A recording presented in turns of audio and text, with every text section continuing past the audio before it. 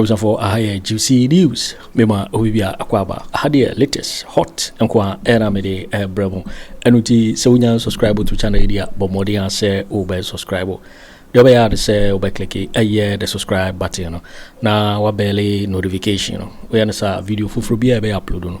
When the first person wants a becan a video. Afi we are now like video. Give us a thumbs up na fi. Share my work for frost so now when you be here now and some do na ekoso e wo Ghana memwado afi intentemara yembura eye and samwa abeto yepuno so eye Abronye DC bono regional chairman and some okoka egu eye John Dramani Mahama the president a watch say Mahama hodi 550 million Ghana cedi akoye and sembebre ningine gina year revocation of appointment ebeto bia eno na Abronye chese eye Mahama abo eye Ghana for krono eno na eye NIB BNI for Ato and sa afreno na eye listower na napoku or ye regular panelist on the political talk show were reacted to Zasemno ama wada and semdo na ara edi and tentemara yenko listower akachina yenkuti and semwe ye listower edi tuja yenti listower ni semono or executive director at the My Good Governance Advocacy Group Ghana na nina kasa na nakusipo kumache ya na empomwe ehu ani mehefu na oso Christo ehu mobo menso me ho ye pa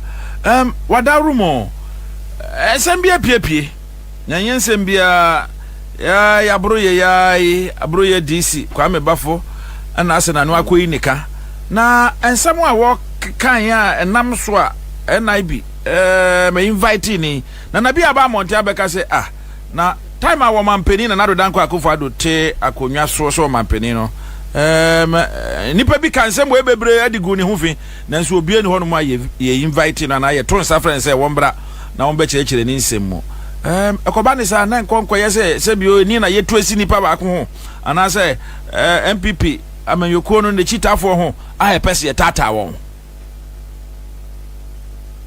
well my main check for na memo abaso so adwuma so awoye ye di kan me bo ora Mahama ba abaso se omo asasi esene ekoya na de tiene se chama na ora Mahama wo position obekaya odi ora Abronye eko CID se wakan sendi agu so agu ne ho fin na CID for emanen fast adansi die mra enti when the first time Abronye one making sure say obema ura Mahama sebi ya limo nyam kesi ya Nyankopon di amano odi betwitwifo na penifo se atapa ni pieto ya de mra enewo sebi jo Mahama ni obi a obeka se me jo Mahama me de mra semensem na maye de mia mepe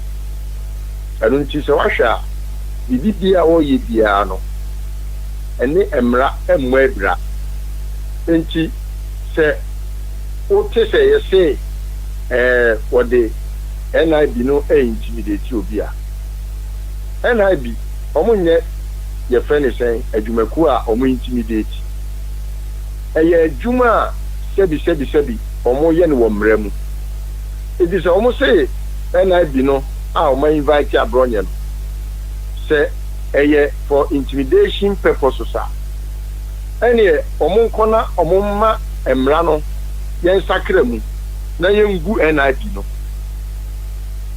matibie ena Akufo Addo wo ho no ensembe na Ghana fo anka Akufo Addo wo ho ena me nua Kwabena bobi ansa Akufo Addo say wakoka ne yire asem se ne yiri ko wia ban asase Japan program ye boabo ye ho apie Kwabena we ono wadi kan wa bonten opi abonten no mo mu ano te se de ye kidnap obi no senkanye ye na ehu nyansa edi moto ni nyoma di o machi a na kombet mu Kwabena wa abra ye hu ba bia nko mo de nefa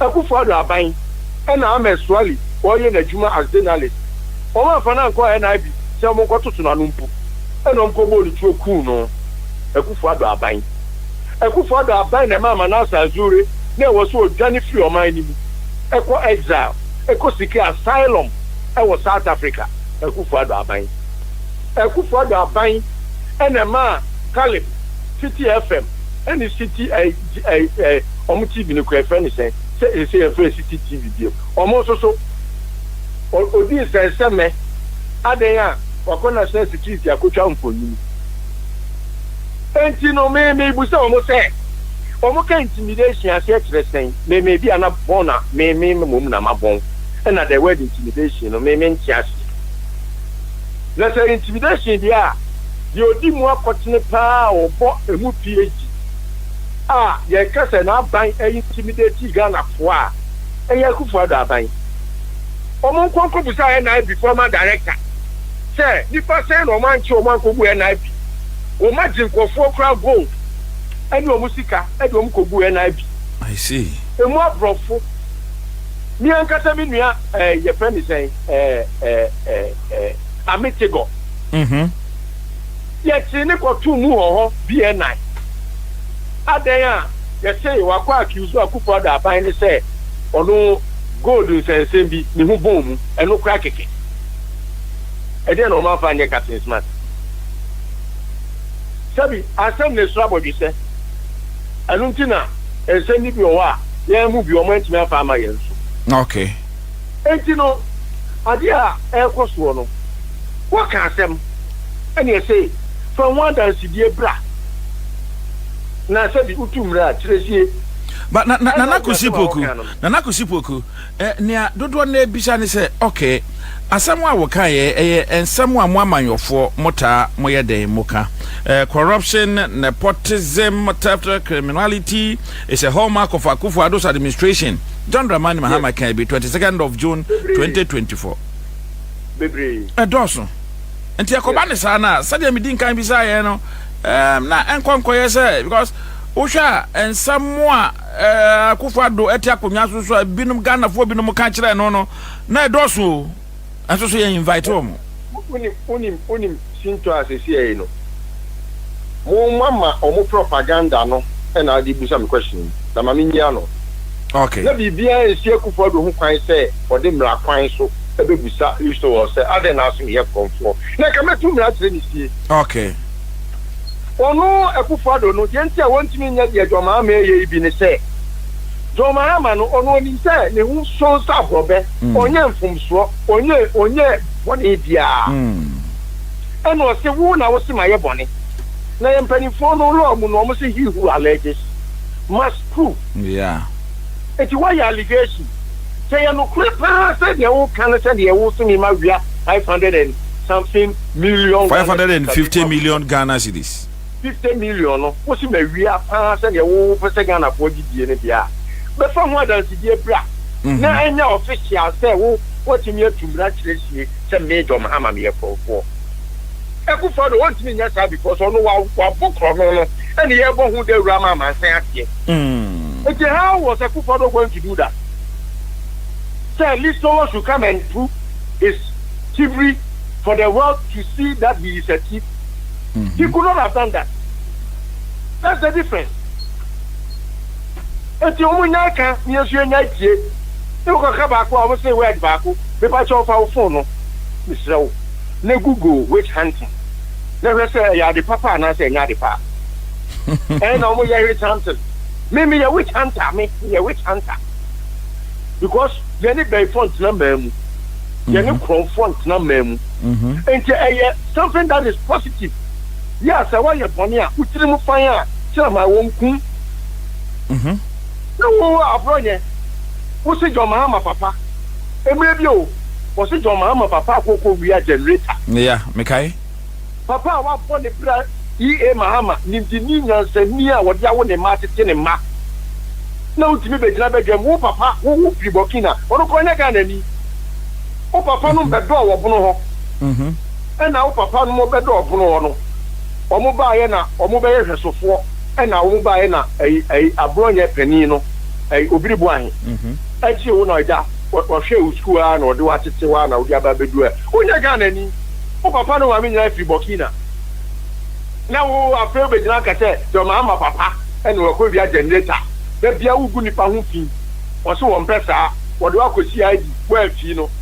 And na nyame aye na do no aba abem. And as say no, or state apparatus a betimi ama wo no kra wo se wo ka no ebe daddy so ye no kwafo dia wo na bi ho na ko tre no kra na wo ka no ase na ga na fo hu no kra na senti sa dia ene wo samra ni hudie na next time no wano na free ha koka be poso no na ga na fo hu wano no tenten na next time wo ka sa ye hu se ne wano wa ene efra utimi die eke na kwa mu ano no omo ntiase a omo we no ebu be yesa mo mo because afekwa ni asase afekwa ni asase sama bu nipa hu fin na na se nipa ko ka se ma o se me lisowo asamba ku kwa ni wa me ka fa Akufo Addo hu a na ye tro e kom me ka me na me dem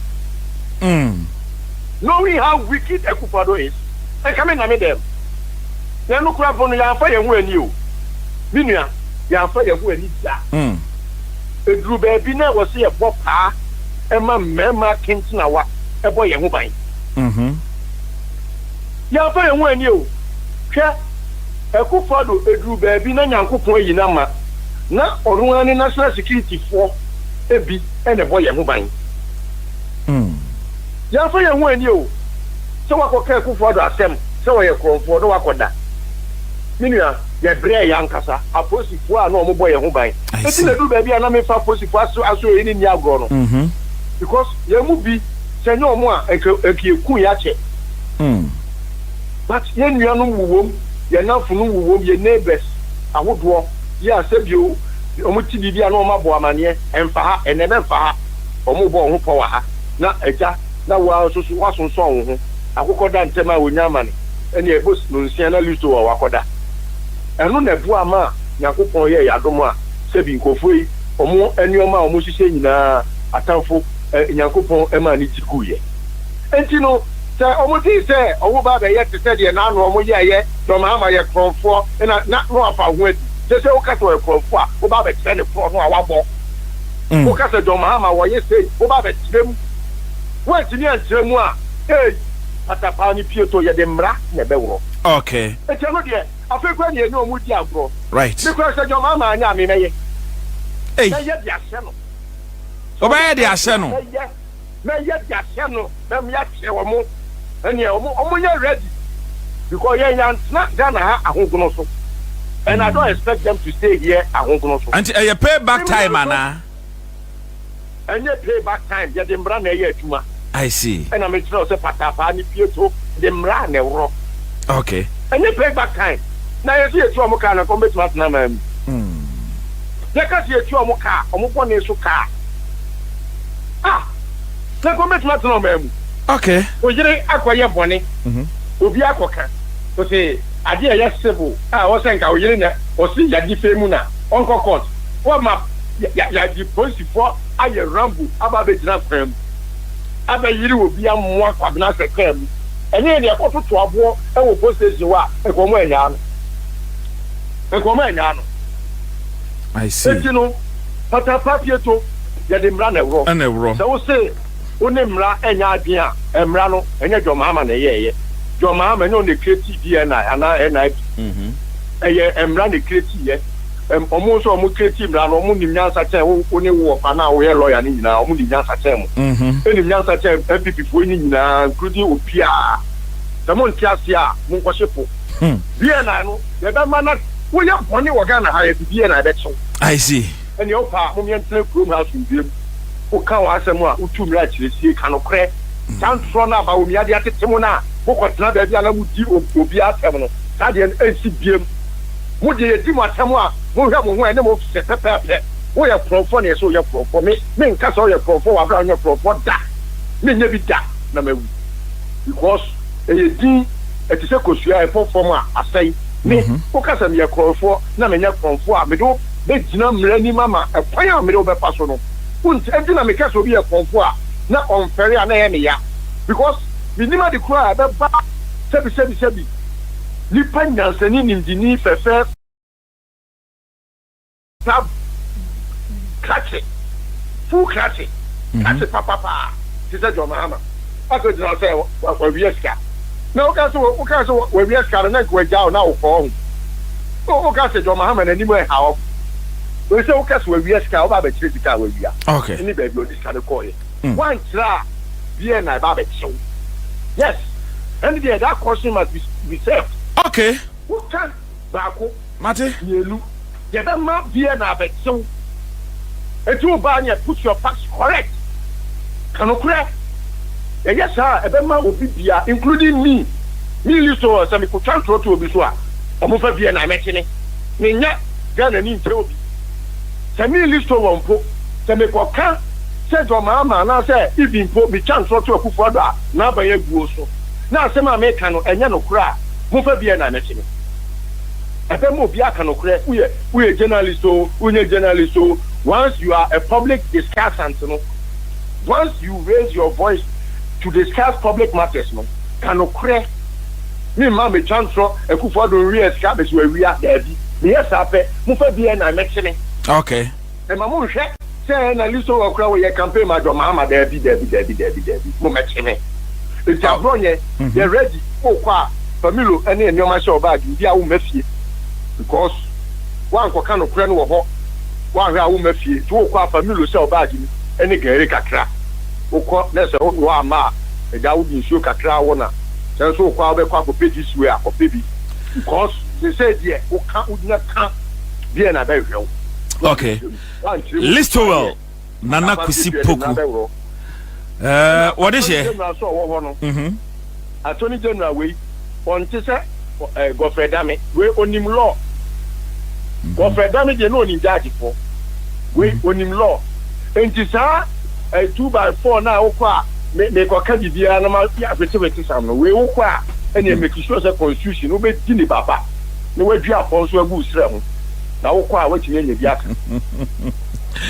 Lesu na kusipuku anape mame na wase na ya fauzi ya brene wadaje oba de ka ho no tire de wo kire ye da se yo me smeda was yo we Listowl nana kusipuku oya executive director at the Good Governance Advocacy Group Ghana ne nchen na yakọ ne yakoko din komo bisa no ensem a abronye kwame bafo akoka nanu akoyi kama no a BNI for atonsa Afenyo NI before Afenyo yesi wonko na onkoyi na no na dia de na abronye din sika me pese wuti asem no na ve yakwa oma no so ne de Mahama Bono original NPP communication team member eba enkomoni mu na yentie dia ono so e wo ka fa ho yentie dia Abronye e kan no prepare me say Don Mahama former president and now president His Excellency John Dramani Mahama president of the Republic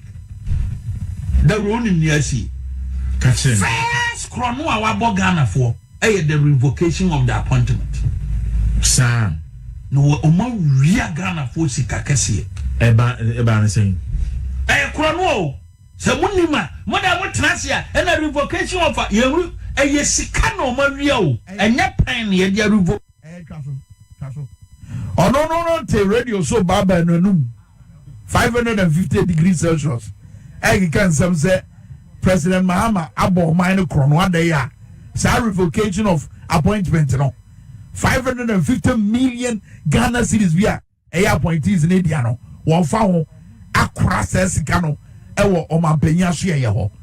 Ya friend so me omachire babia sasa not free and nyina so the evidence or what it says and papa mampenyi John Mahama ahodo such an amount of money. Yanko one so nyemfa Maxo Mahama emran komoni Maxo ye da say emo akwa baba dwabase.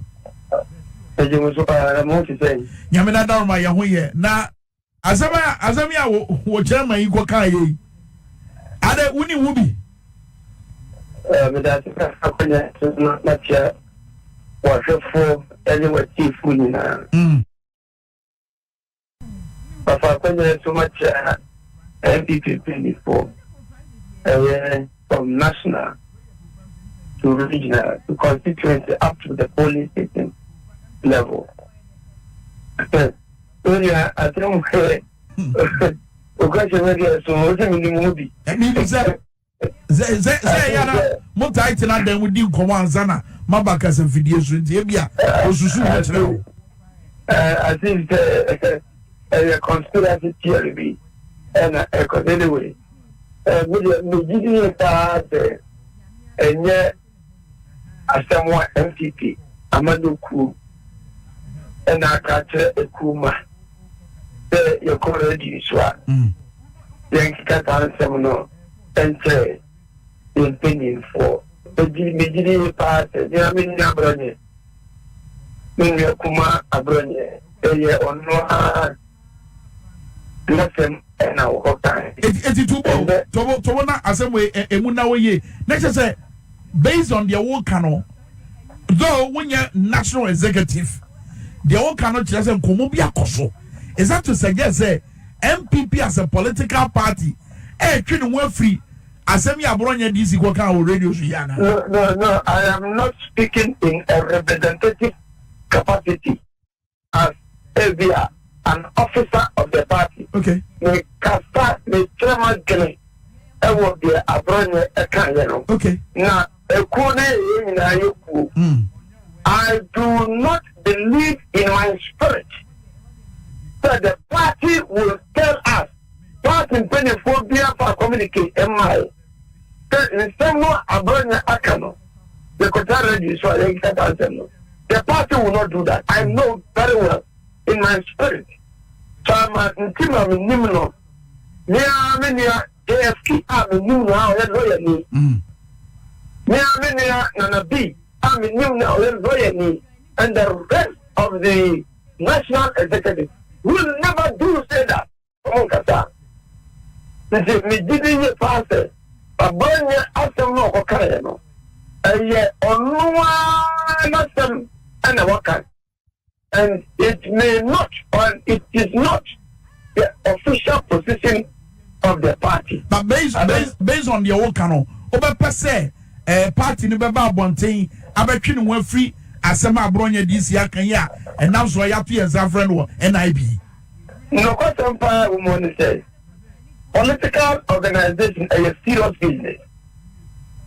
It's a very, very serious business because you are seeking to come into hands of affairs to govern a sovereign nation like Ghana.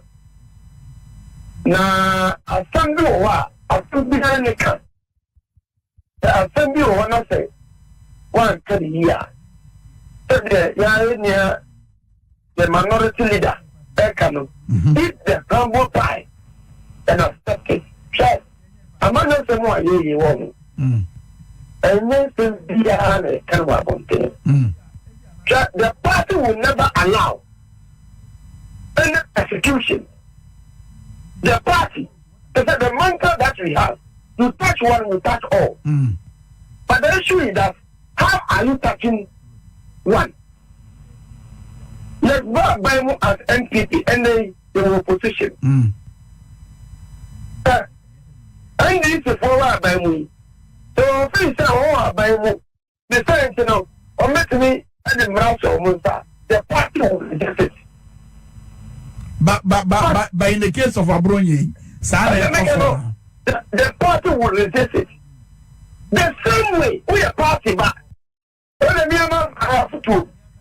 We are party back. No, Kakasindi, no one, no anchor. And we should be able to tell you that no, as someone who can tell me about the Papa. How can you say? How can you say? So, President Obaya only 3 months of Kurano. Well, we have 560 million Ghana city. How do you say that? But when you opinion and a be what justify not the justification, Mami Kanka Control, our social media, Facebook was it. The National Intelligence Bureau, formerly known as Bureau of National Investigations, BNI, did not take any action or make arrests or even extend any invitation to anyone regarding these false allegations and attacks made by some NDC members targeted at President Akufo Addo. And Obasoka say, however, the chairman Abronye questioned President Mahama about the allocation of 550 million cedis budgeted for newly recruited personnel, especially in light of his mass dismissal and termination of their employment. He's being summoned by the NIB. If no one was summoned or arrested for making false allegations against former President Akufo Addo while he was in office, why should Chairman Abronye be invited for legitimately questioning the allocation of budgeted funds for personnel who have been dismissed by President Mahama. So what yen na nabiya one ya adwen kra say bibi say no party ni susum ene ne ho faso na me say ono any position na otchere or the GDP pa say and see the make imagine that on so otchere in the year 2022 I'm going to make a similar comment against the former president. Now, NI before I invite you. So in 2022, we make the same similar comment say and 2022 not NPP no one not a wa by one abwa. NPP a wa by in 2022. Similar comment say let me say me madini. I support every call by the party to resist any persecution. I support that call. But I do not support any call. Radio so TV so Tabi Akika Uduga Dapen.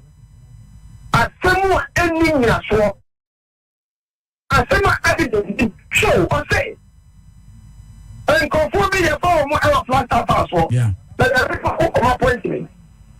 The people who come appointment in it say. Ministry of Finance and more clearance. The same they are people who come appointment here. Franciscano do a 550 million. That was President Mahama and Troʊble. You said the least. And Troʊble. And who defend ye? Who defend ye? I'm telling you the gospel truth. That we have our credibility to maintain. And we must protect the new patriotic party. Na be no need credibility ni be because all the defend it. Me say, I have a credibility to protect. I have a credibility to protect. Na be our party officer no. Wakasa. Party no more. Mr. Okay, dear na be catch na be. Mr. You see, don't draw the Nanabi issue to my issue. Nanabi answered, I don't know. Why that's the new that is the position of the new patriotic party. So I guess he's only saying that the manner and the way and I before Ayo Majuano. Only one I yagging. Let me share the same vision. However, I am only saying say and go get me NPP, you know. Because I don't support that as my Mahama. Background and premise. It will also say NIB and Kosua pushing no money evidence. Abronye DC won. NIB for or I don't know where the papa. If you read Article 58 of the 1932 Constitution, the President of the Republic of Ghana is the head of state and commander-in-chief of the Ghana Armed Forces. This is okay. On the control, we are 550 million. We are progressing and developing and learning. We are growing in politics. You must make a reasonable comment. What is your evidence? If you have your evidence there, you should go. The money comes via Sikano. I have 550 million. It is an interest to the nation. You should go and prove it. Very well. It is not party. Let us come together, resist any persecution. Sure, Nanabi, Billion Nadi. Only for and honorable decent, right? What they have done, they say the only say some people know more than their fundamental human rights have been breached. Recently, they are proceeding to court. Very well. Did you hear? Uche Nanabi, the unfounded, unreasonable allegation against somebody. there have been series of allegations against him. What he did, Mustafa Hamid, and Mustafa, the former sports minister, they went to Net2 TV with obvious evidence and gave explanation and issue statement. They should sit on national radio and not a TV to say, you are saying, when you come for, and that's a name, you know. Very well. Very well.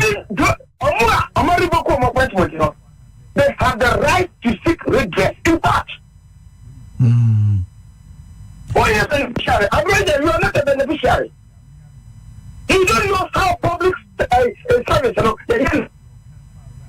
Then you go out. You go out to make these allegations about her. I'm not passing it and not active and not honor. Material. Let's communicators. You see, we should be bold to tell the truth to ourselves. When I'm still here, organizing we need to restart this party. Very well. But some of these allegations, you know, is unity. And we are really free. And Myanmar, I will say a can. Don't put you ever. If somebody wants to be popular, the earlier we can say popular. Not all it's that time we are. And Papa, I don't support it. No minister under NPP administration and Mama Duma. Napon a mammy be Menecha Mankuti. Ye Koduriana can offer us on yet. Napo Napo on a mammy be Menecha Mankuti. Saja, young fan to tell your Koduria can offer us on Yamay. Former finance minister. Or catch your plane, Menecha Mankuti one office or so on Yamay. I don't the reason. But Danano, no assign commencement the same Dumano, no assign commencement letter the Mahamadu Bawumia. Kwame Bafo Abronye Joe, Meme say regional chairman Bruno Masa Obian Troʊble, Meme Yasi Abronye Dan. Masa, me ameti. Me metman mia ban we kwana na fefinani because me so me ni bibi amaya e bafkemi o me wote say ya chemia na radio so ne ya ba ba cheme no ye time but say MPP 8 years Abronye ye bibi wa ban we mu ade ne nsa wura nwomu a benefit adidi a ye yentwhwemu a ye befra Abronye zero ye ni agency bia wo under Nanado administration ya me ye say ade we Abronye na supply 8 years ye ni a half kilometer of roadway ye say Abronye na ye 8 years ye ni bibi bia wo ba bia ye say Abronye na ye nti e ba investigate me nti me sure mete what the president Mahama gina ho ni na pontis mete me sabe mi o mo hwe apai no enko ba bia because me no me nya boni nsie ba bia we nya ba bia mi aso mo hwe na me nya se me ja kwan no nti so di wo agora me mete me ba wura dubiri wa aka tese massa be careful of what you are doing me na mete me MPP bia ntimi yo musuro because from that almost soon they said the government is after them me so me da madam me yiri kwa nya me unza na me late Kwame Bafo Abronye na pesi e ma nso nim say kokwasi kurasi ni ya me free krom akurasi abedu krom nti afra no so ye soma ro ye ano de board ya pesi ama ti me nyanya no wia ni aka bia de ensuro bia o anti media metima ka NDC asem metima ka president Mahama asem ensuro no because me no 8 years no bibia ni krom ha NDC betim ha apu adie Diana de bam. Diana tio. Owurodu ban na mekoye ya abakata Abronye anya ne yenti mu nkwa wewem. Supply ban na MPP aban and Akufo Addo de man ne ya say Abronye ka so supply nkonwadu. O de serving na ban nso oji du sika nti mu nkwache no. Ebi ni kroma 8 years. Okay. No minister. Tie ni yo. No minister under MPP administration e ma maduma. Na po na ma me bi me ne chairman kuti. Ye Koduriana can offer us onye. Napo ya na po on ma me bi me ne chairman kuti say aja ye mfa ntwetwa ye kodure kanofura takaje so onye maye former finance minister o ka tire plane me ne chairman kuti won office so onye maye adi ni reason is badana no assign commencement the same aduma no assign commencement letter dia ma Bediatuo ba te say ne de ye to aba wie ye hyehyɛ secondary schools ye hyehyɛ electoral commission office ye twitwa nkrofo sekane national security BNI flow bia eno no mo ye no mo ho to wo mo no yakɔ precious mineral commission precious gold I dey kwa butchery wo man kwase sa gold na chafa ene uni say op 5 gram of gold atɔ ayiba bia sami jamfi wa and this all the fan yire sum kwa asa oh how menam opa frɛ Accra office frɛ Kumasi office frɛ Takoradi office frɛ head office na ɛwɔ no but enra obi pɛ 5 gram of yin gold water no ofrɛ sami jamfi yire chema we dey o meka say we dey one and sami jamfi yire otu gold masa sa o mo nanim ba bia wo sisei nie nanu ye kwoto ahye so afa ne nyina na wo fan awo fan maybe so until 5 gram of gold na wo pa dawuro Accra office regional office national head office or headquarters or Kumasi unya babia unya e dey say wo de fa ayi omu liaison officers no asami jamfi yire kan ho bi nanu yi okupie na yai se say ne yire fi aso oh ne yire se say aseli gold kwambafo what you say enra ya se say business abafie ntini so ade kofa third party so move upa asena me kan Ghana fo bebre wo ho Asante region wo mako head office or Asante regional office masa 5 gram of gold ebini ho Greater Accra ne enra yawo masa ye say ye din he nkofo we starting ye so mo wi Akufo Addo nam immediately after the 2020 elections meboa and almost start ye mu bini ye say ye mowa at least aban na aba no owo ideas ya say makwan man chichire di be ye dey e di bebu ni man na oko namom ne nkrofo na nkasa doma President Mahama de why ne papa wi so aye na appointment awie and me therefore me ni ese nipa ya na oyem but ne nkrofo na appointees no abo na omototo ba ne de me ka kire prince on survival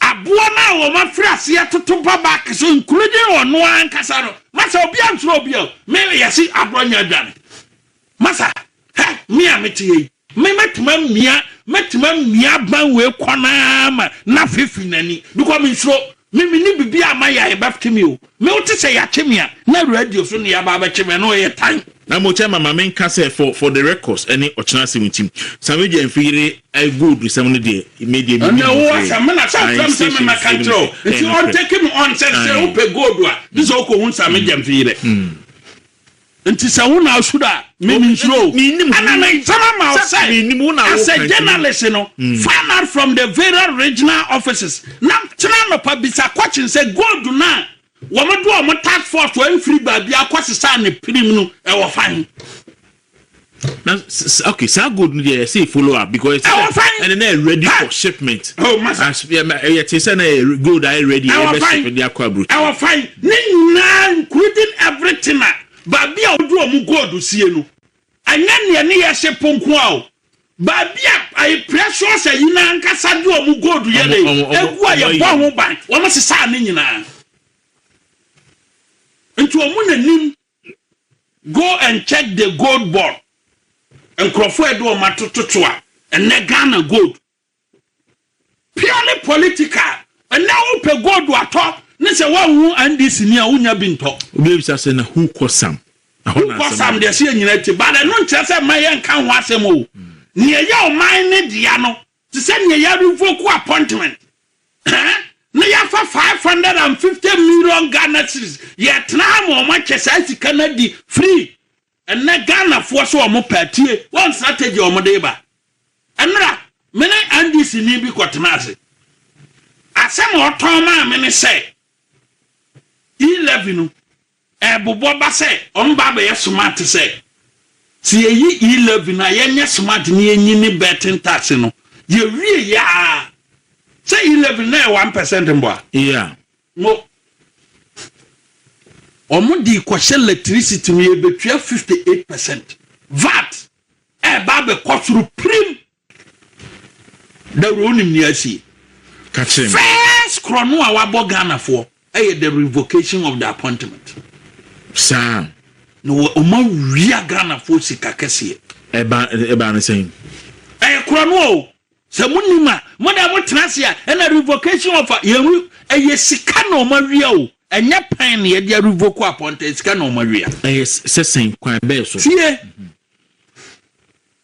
gona de desia ne ma obi appointment ya this e dia fiance na yetua neka unza this time we nya financial clearance yeah and sana agency be atima recruit we are wesa yeah the before sana our appointment letter be ready no we start adwuma no the next month no akatua so ayere are you ready unimza oh okay and me na minim say I know dey me sana tie so now it doesn't take some months dabi bisa omo unya start ya achara abusumi mienu na sika na yere asu room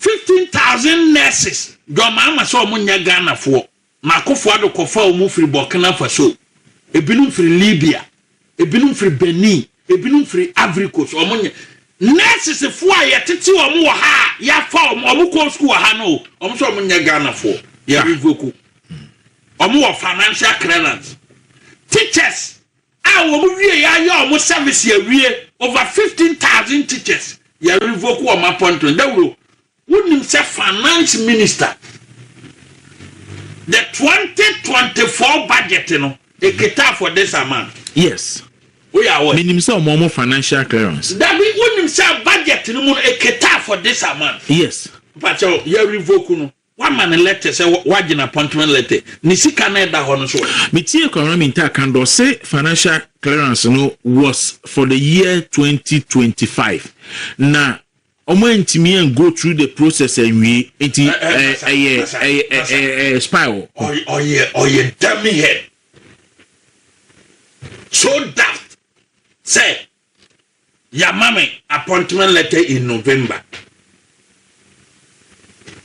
ye budget na ana say supplementary budget na ye no it take if a year adwuma the next 4 months and 3 months meboa yes into omo no appointment letter no it take if January no but omo budget ni ho omo sika nkan 2025 no it mean it will be taken care of yeah until asem okay free fine until we a minister now dawro ya ma NPP ama minister ya help how ya how because ya budget do omo sika to enti sa sika no nanu no ya timi di sika we o 550 million nkrofo ya revoke omo 15,000 nurses ebiti abrochire watena wo mu ahwe ne ba obi wo hakuani wa ye adwuma ahwe ne ba nursing training teacher training university ne bana nya adwuma aban no anda na nado danko Akufo Addo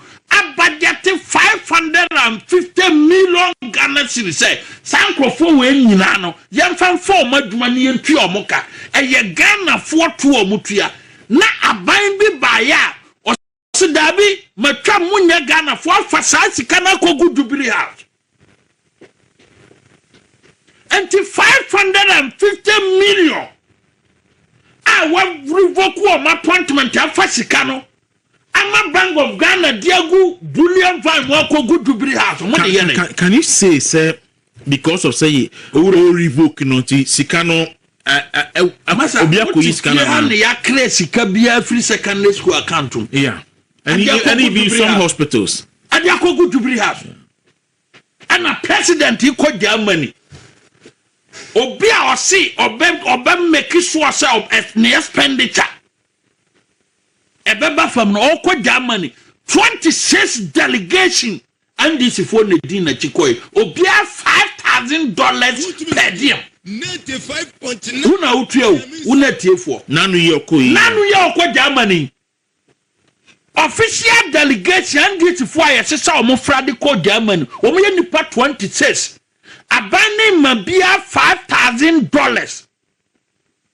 as the per diem omo ko ja former president Mahama omo ko ja nti Ghana fo atua nipa ba ko bia o $5,000 per diem for times nipa 26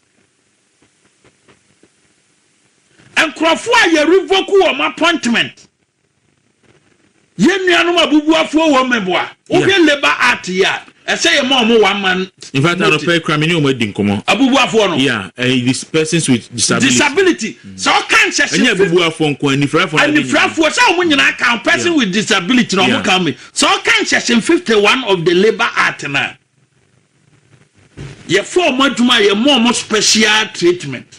In fact, Gilbert catching man operation here how money say ono ayo mu leader no ono ye blind. Yeah. You know say see yi me diu abedwuma mu a. Etimi akoye wala to wala say didi but ono ye blind no ntimi nkoye. Otimi nkoye. Na omo bre omo sani pan so omo bre na omo nya adwuma. Labor act ni nie section 51 e ka kwana wo pese owi o madi kura wo fa so. E ka nhihye sankrofo we nyina ka mo say na nadu kofa o mo firi Benin o mo nya Ghana fo.